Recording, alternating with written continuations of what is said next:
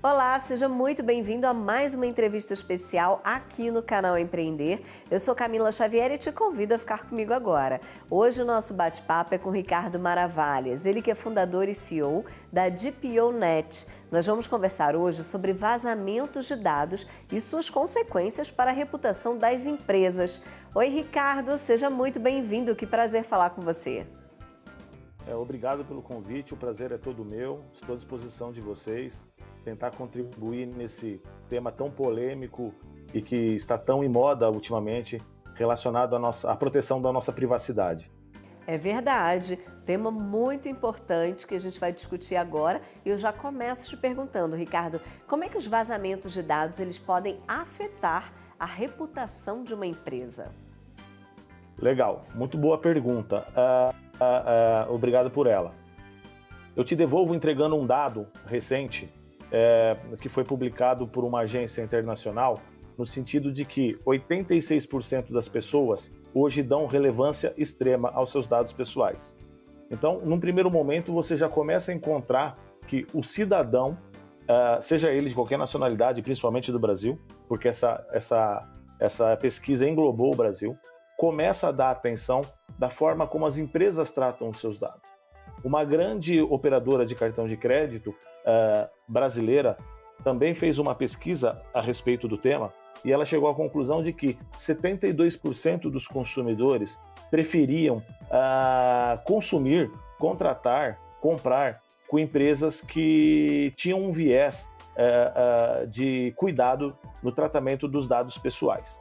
Então você começa a perceber que há já formado no mercado uma consciência, uma cultura dos consumidores relacionado a como seus dados estão sendo tratados e o medo deles, consequentemente, relacionados a um possível vazamento. Quando ocorre um vazamento, e aí a gente dá um passo a mais, nós temos que entender que na legislação nacional, a depender do tamanho do vazamento, um vazamento significativo, a empresa obrigatoriamente tem que comunicar à Agência Nacional de Proteção de Dados e tem que dar publicidade a esse vazamento. Além das implicações financeiras, como os vazamentos de dados eles podem causar danos aí duradouros à confiança dos clientes? Boa pergunta também essa. Veja, a partir do momento, a depender do tipo de dado que vazou, e se você tem opção de contratação, levando em consideração hoje que 80% hoje do consumo ele é feito digitalmente e todos os seus dados são transferidos digitalmente. E note, quando eu estou falando 80% das transações, eu estou falando inclusive daquele pequeno comércio que às vezes nem tem uma plataforma, mas tem o seu comércio ali dentro de uma plataforma social, a exemplo do Instagram, né? Uma vez você transferindo o seu dado para essa empresa, a notícia nunca mais sairá da internet. E pior, causará naquelas pessoas que não tiveram contato algum com essa empresa o receio de transacionar pela primeira vez com essa empresa. E quais são os riscos legais que as empresas elas correm quando não estão em conformidade com as leis de proteção de dados? É muito importante a gente ter em mente que a legislação ela não atua perante a empresa só quando ocorre o vazamento de dados pessoais, tá? Então a gente tem que tirar do imaginário coletivo aquela ideia de que vazamento de dados pessoais é aquele adolescente, aquele hacker que fica de madrugada tentando invadir ambientes digitais. Nós estamos falando de vazamentos, de micro vazamentos que acontecem diariamente. De pessoas que, por um exemplo, não recebem o mínimo treinamento de como lidar ou tratar os dados pessoais. A gente tem que entender que começa pelo básico, que é o treinamento. E note, você, enquanto empresário, pequeno empresário, médio empresário ou grande empresário, você não está sujeito a multa só se vazar os dados pessoais que você trata. Mas você pode estar sujeito a multas por não adotar as medidas que a lei exige, e a gente vai falar delas um pouco mais para frente. Então, o que acontece? O nosso primeiro caso de multa a nossa gloriosa ANPD, que está fazendo um trabalho maravilhoso no Brasil, que é a Autoridade Nacional de Proteção de Dados, né? Foi para uma MEI, uma pequena empresa. multa de R$14.000. E não houve vazamento de dados, mas não houve o cumprimento de melhores práticas de adoção de medidas para mitigar riscos, né? E aí nós estamos falando de treinamento, nós estamos falando de análise de risco, nomeação de DPO e uma série de outras ações que precedem o vazamento. Então, o simples fato de hoje, e aí é muito importante, a lei foi feita para todos, a lei está em vigor. Quando a gente olha para a lei geral, nós tivemos algumas ondas de negação. Eu não gosto de usar a palavra negacionismo, mas de negação. Primeira negação típica do brasileiro, a lei não vai pegar, 2018. Essa lei não vai entrar em vigor.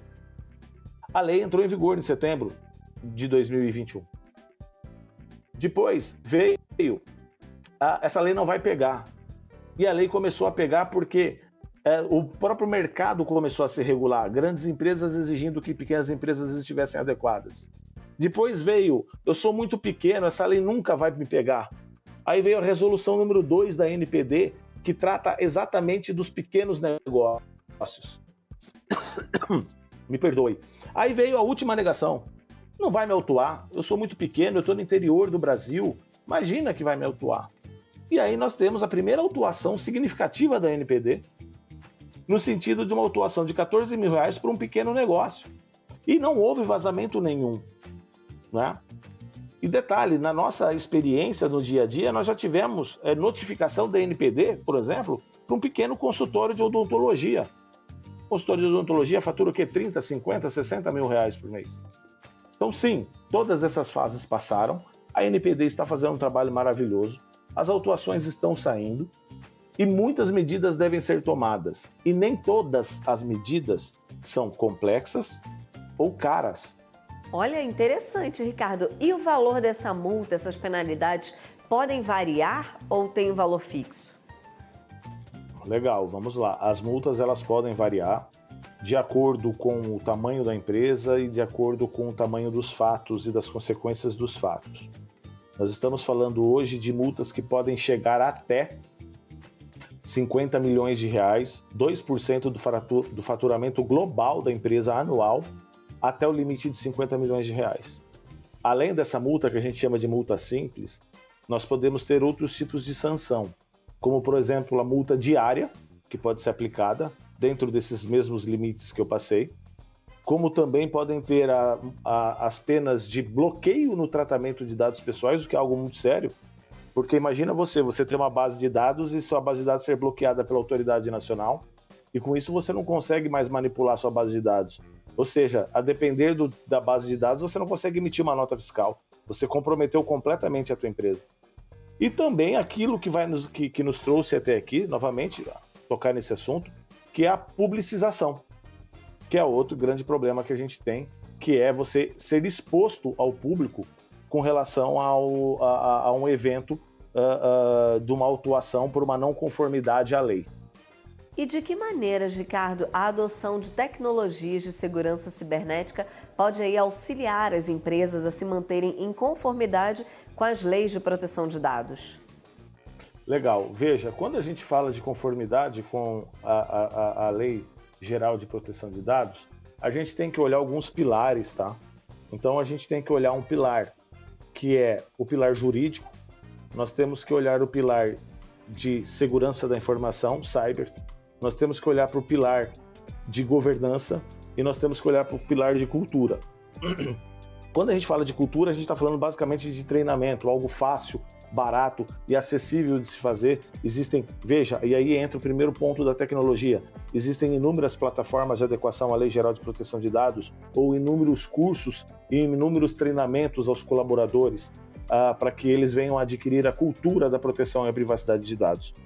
Quando você está falando de governança, você está falando também de aplicação das boas práticas internacionais, de a governança de dados. Aí a gente está falando de política de segurança da informação, nós estamos falando de política de mesa limpa, nós estamos falando de data mapping, gap analysis, análise de necessidade e proporcionalidade, onde esses dados estão, e também existem inúmeras plataformas que fazem isso. Quando a gente está falando de cyber, e aqui o cyber é muito legal, porque a lei ela fala de você adotar medidas proporcionais à sua atividade. E também a gente tem que tirar isso um pouco do senso comum, no sentido de que eu tenho que adotar uma tecnologia da NASA para o meu negócio. Não, depende qual é o teu negócio.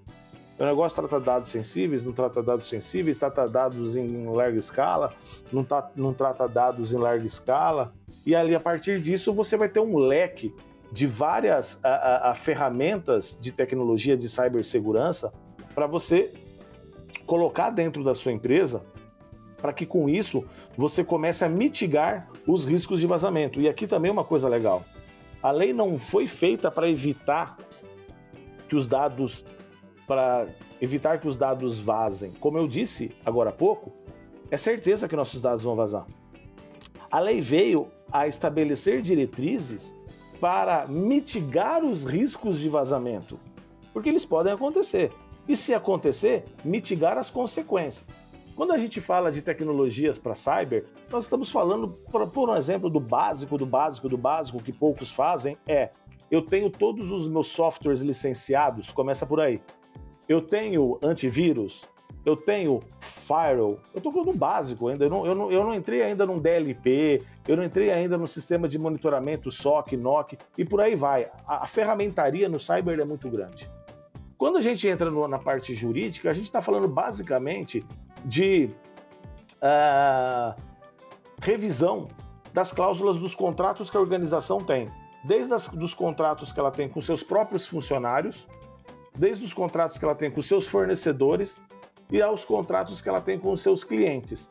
Todos esses contratos em que a natureza do contrato tiver uma característica de transferência ou compartilhamento de dados pessoais, vai exigir a adoção de cláusulas padrão para a proteção e privacidade de dados, para atender a lei geral. Eu acho que num arcabouço, e aí a gente está falando que você tem inúmeras plataformas no Brasil, Sim. Você tem inúmeras plataformas no mundo, algumas contemplam todas essas funcionalidades que eu te falei, outras contemplam partes ou são especializadas em algum segmento. Perfeito, Ricardo. Nosso bate-papo está bastante interessante, mas olha, eu vou te pedir aí uma pausa rapidinha, porque agora nós vamos para um rápido intervalo. Você não saia daí que a gente já volta, hein?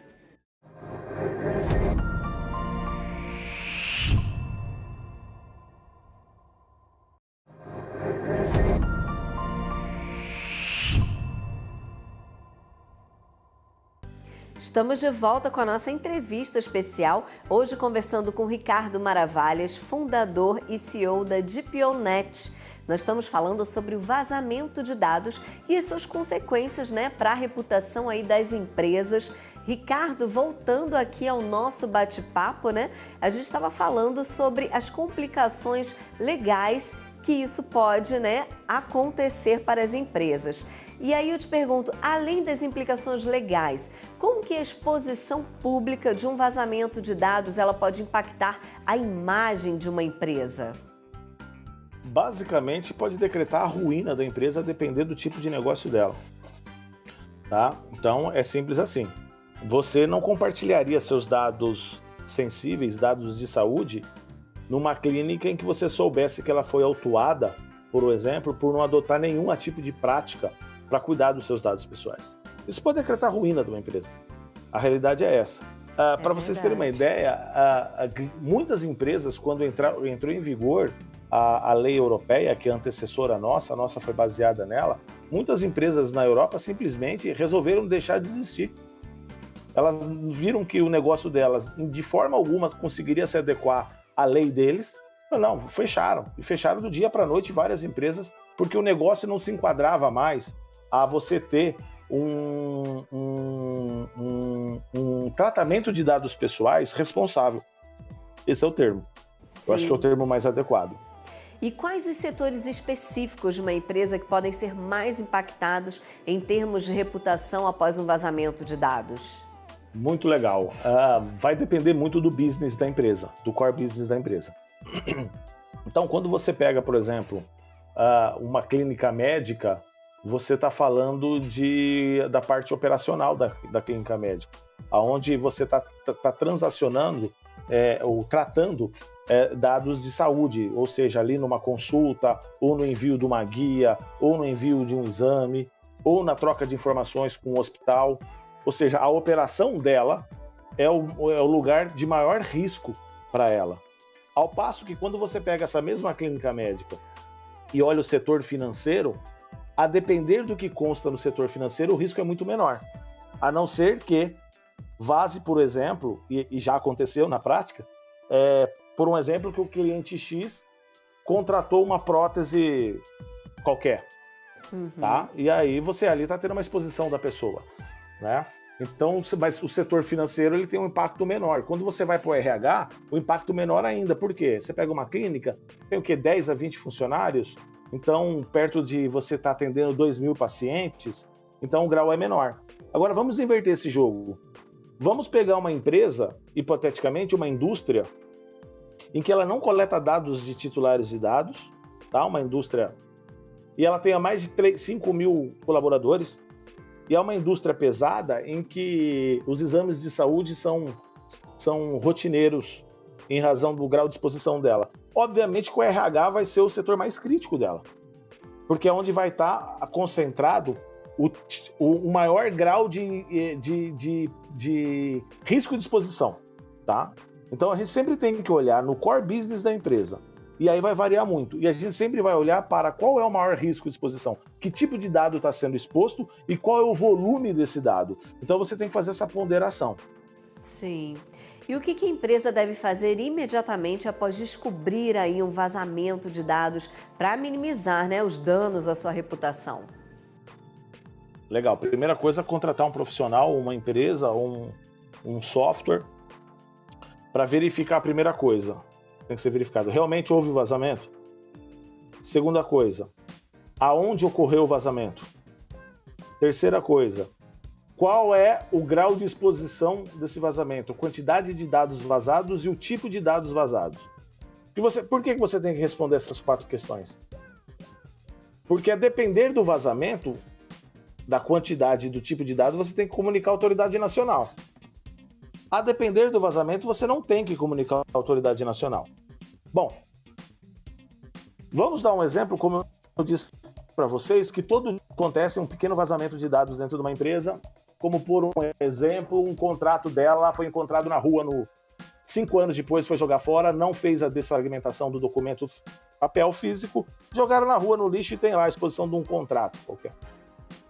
E uma pessoa pega aquilo e faz uma denúncia. Bom, a partir do momento que você sabe o dado que foi vazado, aonde foi vazado, você tem que fazer o registro interno da existência desse incidente de segurança, classificar ele como de pequeno monta e registrar quais as medidas que você vai adotar para que isso não aconteça mais. Então, nesse caso hipotético que eu dei, olha, eu vou dar treinamento, eu vou comprar uma desfragmentadora. Eu estou tentando trazer, é muito importante, porque quando a gente conversa muito com entrevistas, a gente sempre está falando de grandes empresas, a gente sempre está falando de grandes negócios, e eu estou tentando trazer para o senso comum, tá? Coisas que acontecem todo dia, que as pessoas têm que começar a prestar atenção. Então, houve o vazamento, compreenda o tamanho, caso contrate uma empresa para assessorar, compreenda o tamanho, veja se é o caso de notificar NPD ou não, não é o caso de notificar, faça o registro da ocorrência e faça o registro das medidas que você vai adotar para mitigar o problema e para evitar que esse problema aconteça novamente. Basicamente é isso que você tem que fazer. Como que uma empresa deve começar a se adequar se nunca ela fez nada? Aí a gente está falando de, primeira coisa de tudo, treinamento dos colaboradores. É o básico. Conscientização, depois mapeamento. O que eu trato? É muito interessante, quando você vai nas empresas, elas nem sabem que elas tratam dados pessoais. Você fala para ela que ela trata dados pessoais, imagina, não trata dado pessoal nenhum. Aí você começa a falar os exemplos, né? E aí as pessoas começam a cair a ficha daquilo. Então o treinamento é o básico do básico do básico que todas as empresas deveriam fazer, e no mínimo você tem que coletar uma evidência de que você fez isso. Ter uma ata de que você deu o treinamento, o conteúdo do treinamento, a quantidade de horas desse treinamento. Isso tudo tem que ser feito. Liberar um certificado para o colaborador. Por quê? Todas as atividades que você faz para promover uma adequação, e olha, Adequação não é uma corrida de 100 metros, é uma maratona sem fim. Você sempre vai estar praticando atividades. Você tem que ir coletando as evidências do que você fez. Por quê? Porque se a autoridade nacional, no caso de um vazamento, verificar que você adota boas práticas e é preocupado, muito provavelmente ela não vai te autuar, mesmo com vazamento. Ela vai te dar uma advertência. Isso é muito importante. E tem um outro detalhe aqui também que passou um pouco despercebido por nós, que não é só a responsabilidade administrativa pela multa da ANPD, existe a responsabilidade civil pelo dano causado aos titulares de dados. Então, vamos imaginar, aqui eu sempre trago exemplos de uma clínica com, como eu disse, na história dela, 2.000 pacientes e vaza todos os dados, uma clínica de imunologia, vaza todos os exames sanguíneos dela, registrados. O custo de indenizar essas pessoas é absurdo. A gente está falando aí algo de torno de 20 a 50 mil reais por pessoa. Porque também tem um detalhe que a gente tem que tirar do senso comum.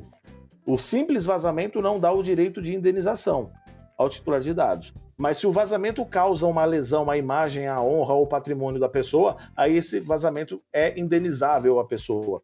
Que é o caso do que aconteceu com o Facebook agora, recentemente, no Tribunal de Justiça de Minas Gerais. Sim, perfeito. Esse exemplo que você deu foi ótimo. Agora, falando dos dados mais simples, né? Aqueles dados pessoais mais simples que acabam vazando muitas vezes e o empreendedor, a pequena empresa ali, às vezes nem sabe o que faz. Dê exemplos para a gente. Que dados simples seriam esses? Olha, dados simples, e acontecem todo dia. Nome completo, RG e CPF, todo mundo acha na internet. Inclusive são públicos. A gente tem também e-mail e telefone. A coisa começa a complicar. O vazamento desses dados, você percebe que o vazamento desses dados dificilmente podem causar uma lesão a uma outra pessoa. Então, do ponto de vista da esfera civil, muito provavelmente o dano não será grande. Agora, o simples fato de ter vazado demonstra que você não está adotando boas práticas. Ou demonstra, ou há um indício de que você poderia não estar adotando boas práticas. E nesse sentido, daí você tem uma autoridade nacional buscando entender o que aconteceu, e se você não tiver as evidências que eu falei agora há pouco, muito provavelmente você pode sofrer uma autuação. Perfeito. Ricardo, infelizmente o nosso tempo está chegando ao fim, mas antes da gente terminar, vou te pedir aí uma dica rápida para os telespectadores que estão nos assistindo agora, de que forma esses empreendedores podem fazer para ter um controle, uma proteção maior dos dados dos clientes. Olha, eu vou devolver colocando qual é uma medida básica que vai diminuir muito os riscos dos empreendedores. Olhe todos os processos da sua empresa. Por exemplo, contratação de um funcionário é um processo, que dados eu coleto ali? Pagamento de uma conta é um processo, que dados pessoais eu coleto ali? Verifica se os dados que você está coletando são indispensáveis para aquela atividade. Se não for indispensável, elimina, para de tratar, para de pegar, para de cuidar disso aí. Segundo, por quanto tempo você guarda isso? Veja o que a lei diz. Por exemplo, responsabilidade de guarda de documento fiscal, 5 anos. Para que você vai guardar mais do que isso?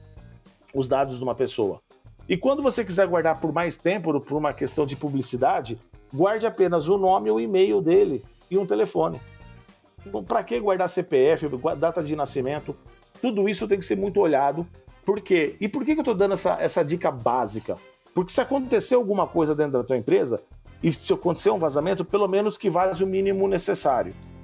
Segundo ponto, treinamento. Eu já disse isso umas 4, 5 vezes, que é cultura. Aí, a partir disso, você pode contratar uma consultoria e buscar outros atividades que você possa fazer, algumas que custam um pouco de dinheiro, outras que custam menos, e algumas que você vai se surpreender que não custam nada, e que vai melhorar, inclusive, a performance do seu negócio. Uma coisa algo muito legal que eu escuto dos nossos clientes é: rapaz, eu nem sabia a quantidade de atividades que meu departamento pessoal tinha, eu não sabia a quantidade de atividades que meu financeiro tinha, hoje eu consigo entender completamente como funcionam os departamentos da minha empresa. Perfeito. Obrigada, Ricardo, pelas dicas e informações pertinentes. Foi um prazer falar com você. O prazer é todo meu, eu agradeço mais uma vez e eu queria só deixar mais uma coisa importante aqui, que é o revés do dano reputacional. Você cuida dos dados do seu cliente, explore a imagem disso. Isso é uma vantagem comparativa para você com relação aos seus concorrentes. Divulgue que você cuida dos dados do seu cliente. Os seus consumidores gostarão de saber. Mais uma vez eu agradeço vocês, agradeço o carinho da recepção, a paciência. Eu estarei sempre à disposição de vocês para tratar sobre o assunto que para mim é muito prazeroso. Muito obrigado. Viu só? Agora você já sabe como proteger a sua empresa e os dados pessoais dos seus clientes. Obrigada também a você que me acompanhou até aqui. Continue ligado na programação do canal Empreender para mais informações de qualidade, dicas e insights. Afinal, você já sabe, né? Assistir o canal Empreender já é um bom negócio. Até a próxima!